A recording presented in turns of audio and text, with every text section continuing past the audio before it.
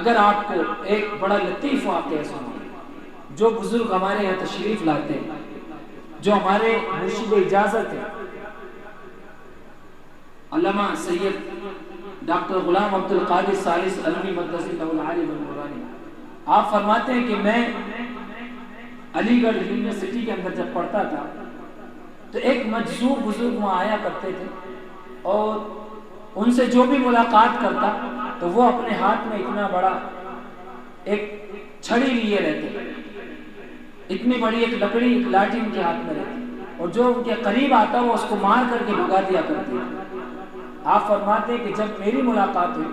تو وہ بڑی محبت سے مجھ سے پیش آئے، اور انہوں نے کہا کہ بیٹا سامنے والی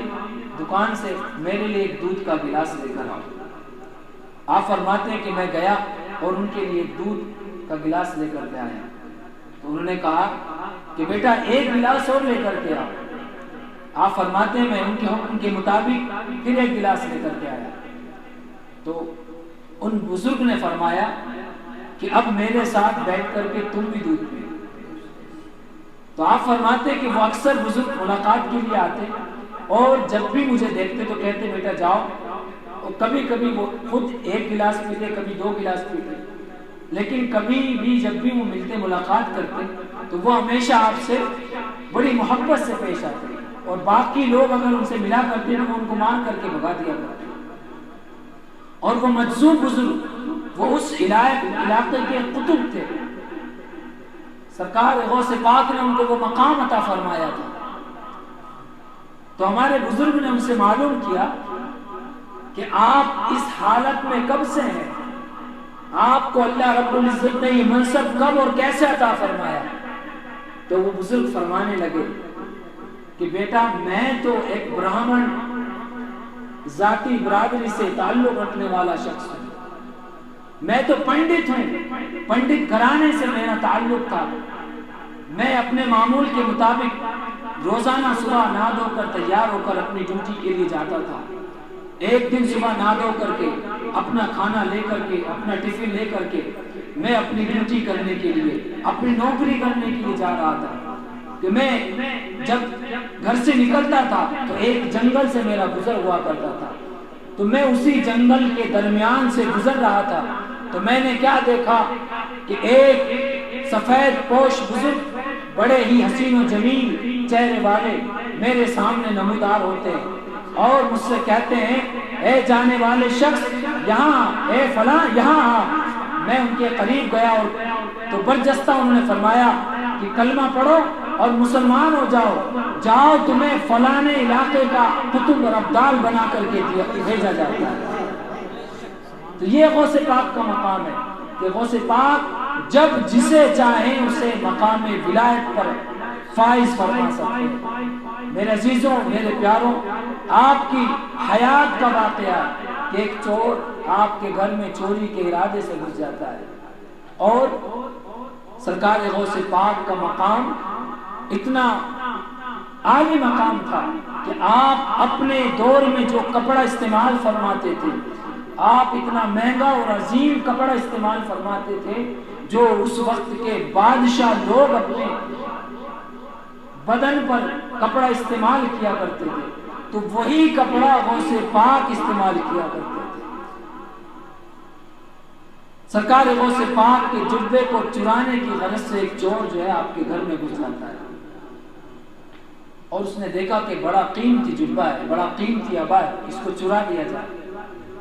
لیکن وہ جیسے ہی چوری کے ارادے سے جبے کی قبے کی طرف بڑھتا، اللہ رب العزت اس کی آنکھوں کی روشنی کو سلب فرما لیتا اور اس کو کچھ دکھائی نہ پڑتا، وہ اپنی آنکھوں کی روشنی کھو بیٹھتا۔ اب وہ چور بڑا گھبرایا اور گھبرا کر کے گھر کے کونے کے اندر جا کر کے بیٹھ گیا کہ اب صبح ہوگی تو میں اس گھر سے نکل کر کے چلا جاؤں گا۔ لیکن صبح فجر کے وقت کیا دیکھا گیا کہ کچھ لوگ آئے اور کہنے لگے کہ یا غوث پاک فلاں علاقے کے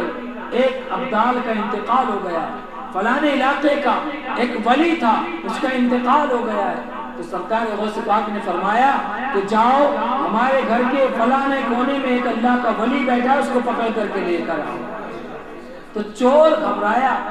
اور چور نے سوچا کہ یہاں ہو سکتا کوئی دوسرا شخص بھی بیٹھا ہو، لیکن وہ شخص آیا اسی چور کو پکڑ کر کے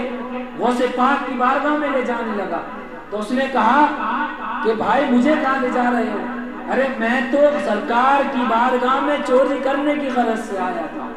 لیکن جب اس چور کو سرکار غوث پاک کی بارگاہ میں پیش کیا گیا تو سرکار غوث پاک سے اس نے کہا کہ سرکار مجھے معاف کر دے، مجھ سے خطا ہو گئی، مجھ سے غلطی ہو گئی، سرکار میں پھر کبھی آپ کے گھر میں داخل نہیں ہوں گا۔ سرکار نے فرمایا کیا ہوا؟ سرکار میں چوری کرنے کے ارادے سے آیا تو میں تو ایک چور ہوں۔ آپ نے فرمایا تو چور تھا، لیکن اب تجھے منصب ولایت عطا کی جاتی ہے۔ تو وہ غوث پاک کا مقام ہے کہ جب نظر فرما دے تو اپنے وقت کا چور بھی اللہ کا عظیم ولی بن جایا کرتا ہے۔